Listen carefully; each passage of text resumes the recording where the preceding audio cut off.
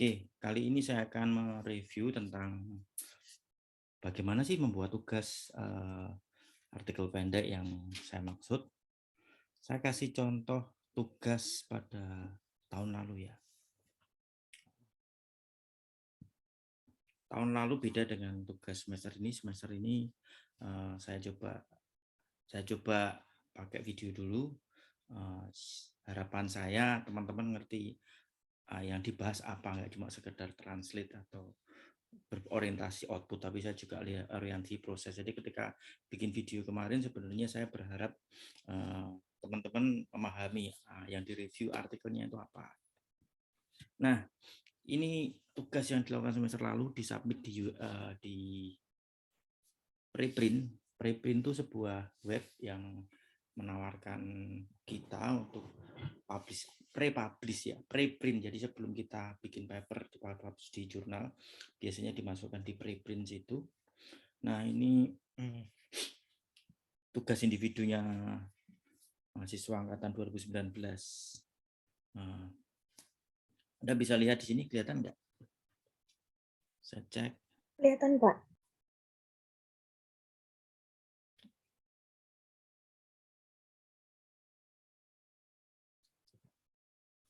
Kelihatan ya, judulnya pertama judulnya. Dan judulnya itu bukan tugas mata kuliah simulasi mikro, bukan. Anda kasih judul tugas, teman di sini tugasnya kok bahasa Inggris ya, tapi ya boleh deh, nggak apa-apa. Papernya bahasa Inggris juga boleh kira-kira gitu. Terus yang kedua, biasanya sih sarannya ada nama sama nomor email aja sih, nomor email. Student itu kan nomor induk mahasiswa juga kan, kalau pakai nomor email mahasiswa ya. Dua itu dulu. Yang ketiga, Anda bisa lihat caranya bikin daftar pustaka. Anda bisa lihat sini.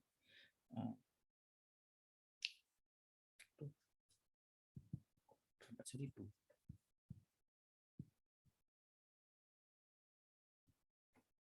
Nah, Anda bisa lihat di sini ketika membuat daftar pustaka, idealnya daftar pustaka, saya lebih suka daftar pustaka yang ditaruh di belakang daripada di tengah ya. Mas, kalau dari tengah, dia artikel ini tugasnya menceritakan tentang contingency theory itu apa. Jadi dalam artikel 2016, kalau sudah ditulis 2 kali sebenarnya 1 aja cukup lah. 2016 itu isinya apa? Jadi kalau di Anda itu performance di artikel ini apa aja. Jadi ngetiknya 2016 itu apa? Sebenarnya nggak perlu ditulis judulnya semua, judul artikelnya, karena di belakang kan sudah ada daftar pustakanya. Artikel ini 2016 kan berarti yang ini ya. Itu membahas contingency teori atau form performance tentang apa, form performance yang dipakai di artikel ini apa. Jadi ini cukup bagus paper ini. Kemudian ada lagi, dia bandingkan dengan artikel lain, punyanya Peng sama Turel ya. Kemudian Anda lihat lagi, dibandingkan dengan artikel yang lain. Idenya seperti itu, berbeda dengan artikel di atas. Muaniba menggunakan moderating effect untuk seperti itu ya. Kalau di sini harusnya Muaniba, Su Enli, kurungnya di sini 2020 itu ya. Itu idealnya. Oke, jadi yang dipakai di literatur di sini nggak semuanya dipakai, jadi yang ada di sini aja. Ini tugas individu semester tahun lalu ya, Anda bisa lihat. Ada mungkin saya agak ragu-ragu, apakah ini semua dipakai? Saya biasanya ngecek ini. Tang dipakai nggak sih? Tangnya nggak dituliskan di sini. Itu kelemahannya. Idealnya semua yang ditulis di situ ditulis semua. Begitu teman-teman. Ada pertanyaan sampai di sini?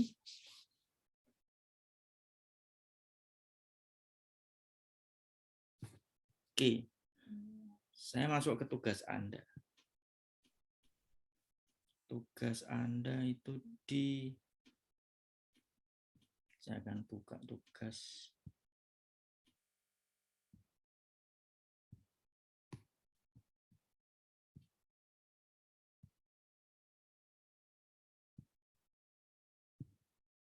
Sebenarnya sudah saya kasih komentar satu-satu, tapi Anda bisa, saya kasih beberapa contoh aja di sini.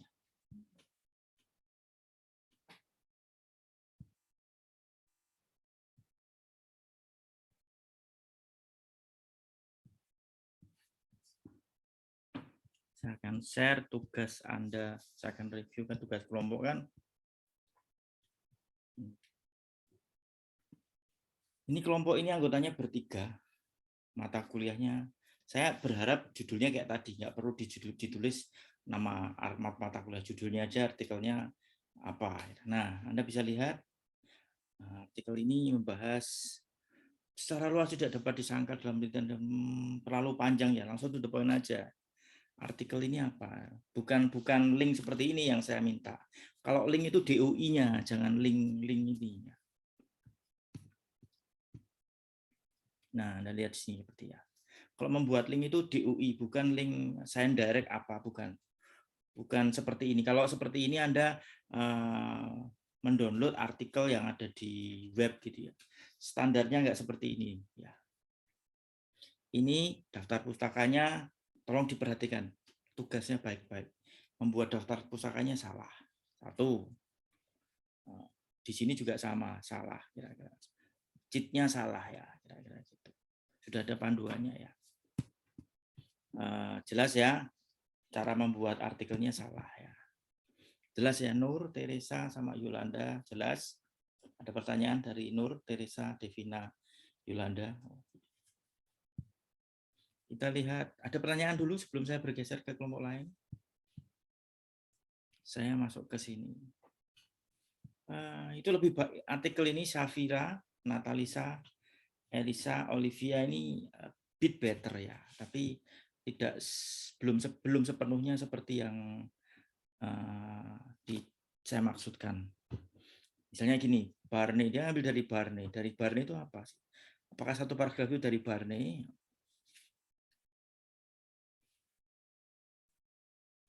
Anda bahas social network, jejaring sosial. Satu pertanyaan saya, please fokus tentang kinerja perusahaan itu apa sih? Bagaimana mengukurnya? Saya nggak tanya tentang apa aja yang mempengaruhi kinerja perusahaan. Kira-kira gitu ya. Nah ini mulai benar ini. Vekatraman. Oh dia pakai Vekatraman. Kenapa pakai Vekatraman tahun 1986? Terlalu lama ya. Tolong lihat panduan tadi ya. Di tugasnya kan Anda minta, Anda lihat 3 artikel saya, kemudian 3 artikel lain. Anda bandingkan itu. Pengukuran kinerja perusahaan itu yang dipakai apa saja.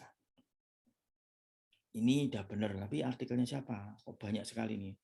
Kan dan sebagainya. Cukup satu aja. Share screen-nya masih di kelompoknya aja. Oh ya. Oke, saya coba share screen ulang ya. Kelompoknya siapa? Berarti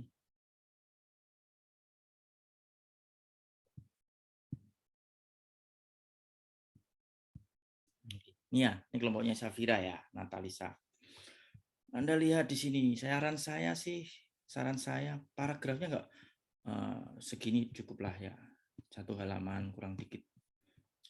Lihat daftar pustakanya. Ini citasenya udah benar tapi ngapain di bold? Enggak usah di bold ya. 2021 bagus.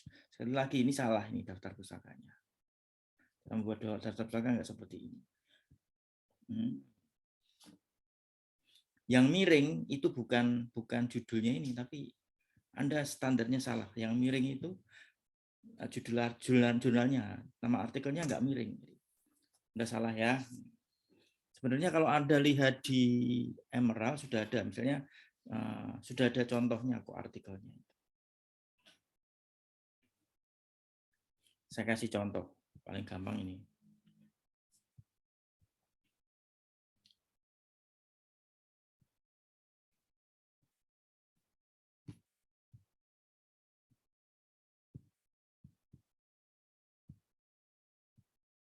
Oke, ini contoh daftar pustaka yang sudah benar. Ini Anda lihat ya. Kelihatan ya. Ini standar Harvard ya. Ini belum ada volumenya, belum ada nomornya, masih baru jadi artikel. Jadi Anda lihat ini miringnya yang mana, ini yang dikasih tanda petik yang mana, linknya di UI-nya, linknya di UI bukan linknya apa namanya repositori tadi ya. Ini contoh daftar pustaka yang betul. Bahkan artikel ini menyarankan kalau bikin citation kayak gini. Oke. Kenapa citation harus betul? Karena kalau ada citation-nya salah nanti ketika record, jadi algoritmnya nggak bisa ngukur performance. Anda bisa lihat performance paper itu seperti ini. Misalnya seperti ini. Sebuah paper punya performance itu citation-nya di digit nggak, ini dibanyain seperti ini kira-kira.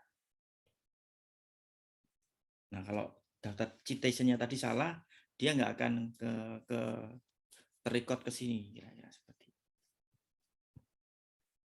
Oke, gitu ya. Sampai sini ada pertanyaan. Saya balik lagi share ke tugasnya siapa tadi. Jadi daftar pustakanya masih belum betul, masih bisa diperbaiki. Kita masih punya 3 minggu lagi. Kemudian judul artikelnya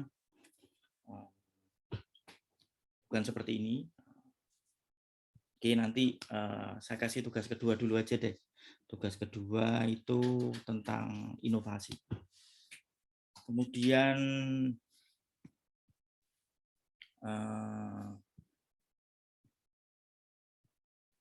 caranya cheat juga belum, seperti itu.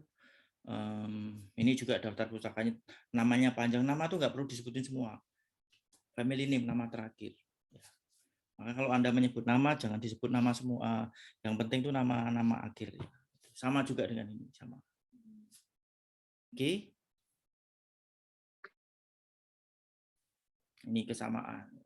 Ini udah bagus ini, jadi bahas. Cuman citation-nya perbedaan pula. Lihat daftarannya cheat. Sampai di sini ada pertanyaan? Untuk kelompoknya Safira? Tidak ada. Pak, tadi yang ada tahun 1986 ya Pak, itu kan ngambil dari artikel terus dilihat ada satu kalimat yang bagus, terus saya cita dari situ. Terus menurut Bapak gimana? Saya nggak rekomen seperti itu. Kalau Anda mau seperti itu, Anda cari artikelnya aslinya. Dikejar kan bisa. Kalau zaman dulu perpustakaannya nggak cukup. Sekarang Anda bisa cari di Google kan banyak sekali. Tinggal klik semuanya ada. Jadi saran saya kalau ada orang mencita aslinya, jangan-jangan aslinya nggak seindah seperti itu. Atau lebih indah lagi kan nggak tahu. Jadi kalau ada artikel, di dalam artikel saran saya Anda lihat aslinya. Kira-kira gitu. Kalau Anda malas buka aslinya, itu namanya malas, kira-kira gitu aja. Kalau Anda nemu aslinya nggak ada, ya namanya malas, kira-kira itu. Jadi sama juga ketika kita menemukan literatur tuh kita ada, misalnya ada tentang behavior economics ya. Behavior economics itu Anda bisa lihat tracing dari artikel yang pertama. Pemenang Nobel yang tentang behavior economics itu Kahneman ya. Kahneman itu tahun 2002. Kemudian behavior economics itu dapat Nobel lagi tahun 2007. Itu Thales itu, kalau pemenang itu idenya dari Thales, satunya dari Kahneman. Nah, misalnya seperti itu Anda bisa mengacu ke periode sebelumnya, gitu ya. Jelas? Jelas Pak, terima kasih. Sama-sama. Ini sudah ya.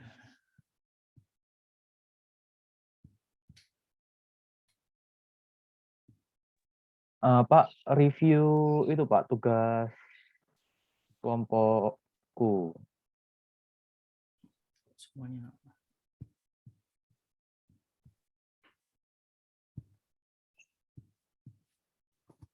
Ini kelompoknya banyak, sama nih linknya juga. Bentar ya, saya lihat ke linknya.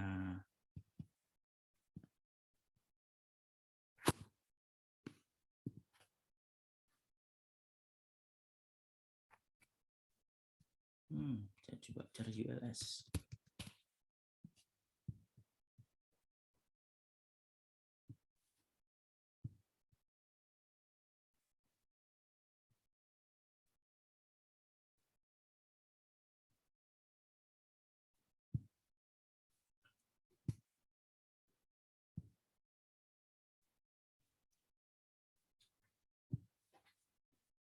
Kelompokku tuh yang nomor berapa? Siapa yang apply? Kemarin kalau nggak saya ngumpul itu Irfan, Pak. Irfan Apta Maulana. Itu Mm-mm. kelihatan ya.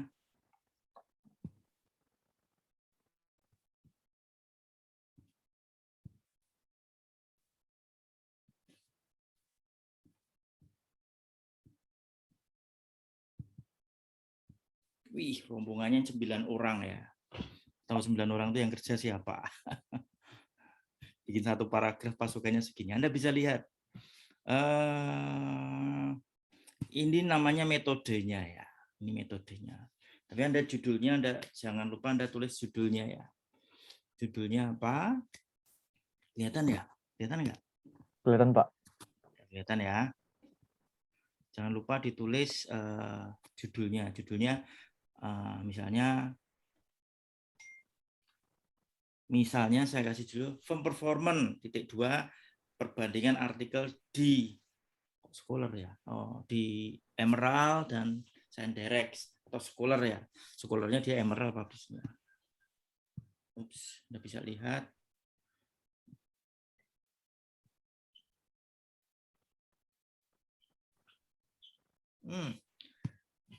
Tapi Anda nggak nyebut artikelnya yang mana. Artikel di dalam Sanderek itu banyak sekali. Jadi Anda nggak nyebut. Jadi terlalu umum.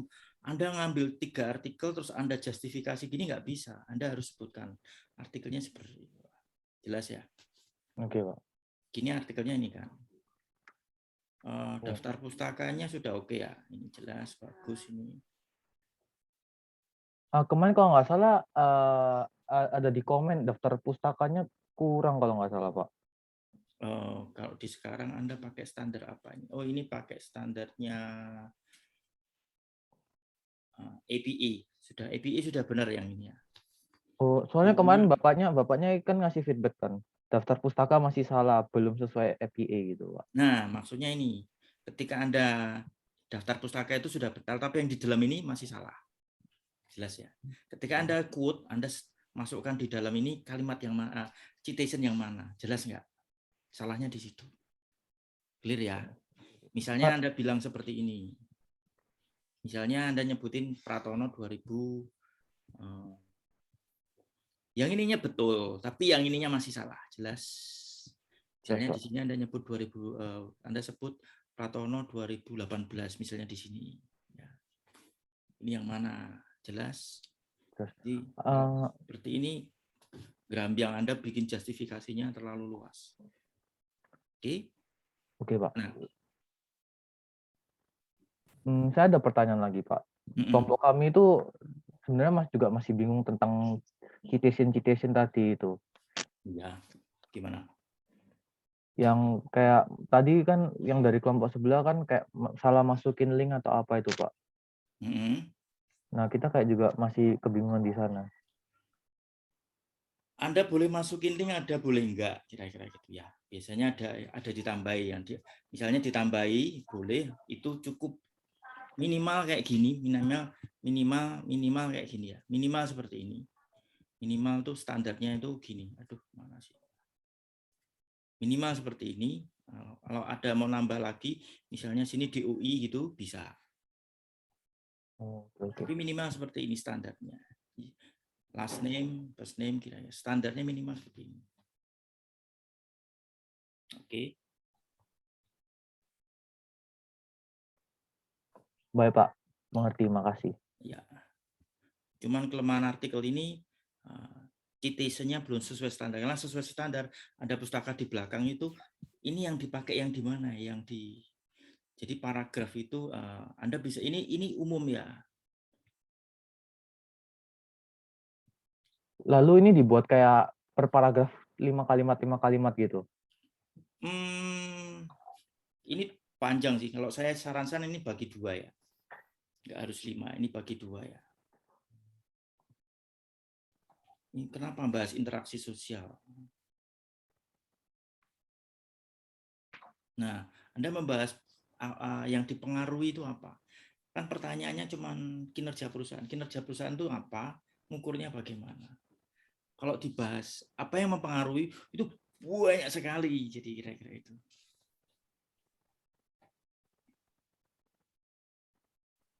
Jelas? Oke. Karena di tugas berikutnya saya mau bilang tentang inovasi. Inovasi itu apa? Ngukurnya bagaimana? Apakah inovasi mempengaruhi kinerja perusahaan? Kira-kira gitu. Spesifik satu aja. Jadi saya nggak akan kemana-mana karena ada 2 teori besar yang saya pakai di sini kan, resource based theory, dynamic capability itu jadi satu, kemudian ada contingency theory. Jadi kinerja perusahaan itu dipengaruhi oleh resource. Itu teori keunggulan kompetitif konvensional ya. Kemudian berkembang dynamic capability. Meskipun punya resource yang bagus tapi nggak punya capability yang dinamis, maka dia nggak akan survive. Kok bisa perlu dynamic capability? Karena performance itu juga dipengaruhi oleh faktor eksternal, namanya contingency theory lah. Kira-kira seperti itu aja. Jelas ya? Jelas, Pak. Anda sudah mulai ngomong inovasi. Inovasi itu soal berikutnya, kira-kira gitu. Jelas? Jelas, Pak. Idenya sudah bagus, tapi please fokus ke kinerja perusahaan aja. Jadi misalnya Anda bandingkan artikel ini pakai kinerja perusahaan apa aja sih variabel yang digunakan untuk menghitung kinerja perusahaan itu apa? Ini apa? Sudah cukup sih sebenarnya 5 itu sudah cukup sebenarnya. Nggak usah 10, nggak usah 20, nggak usah. Kalau di saya tugas pendek ini loh ya. Anda tinggal bisa lihat ya artikel ini mengukur performa perusahaannya pakai apa, yang ini pakai apa, yang ini pakai apa, yang ini pakai apa, yang ini pakai apa. Jelas? Jelas, Pak. Gitu Johansen ya. Ada yang lain lagi? Ada yang mau dibahas tugasnya? Sorry tadi ada beberapa yang saya nggak minta izin, saya langsung review tugas Anda. Ada lagi?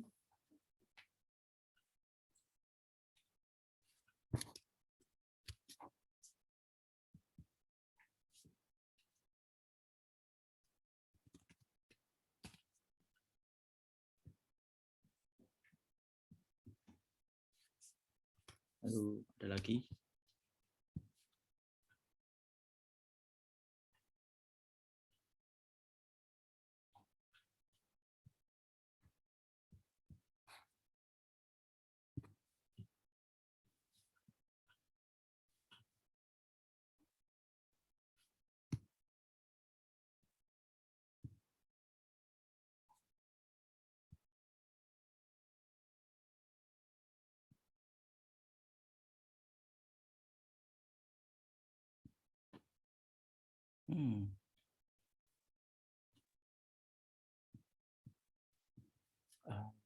Nggak ada ya?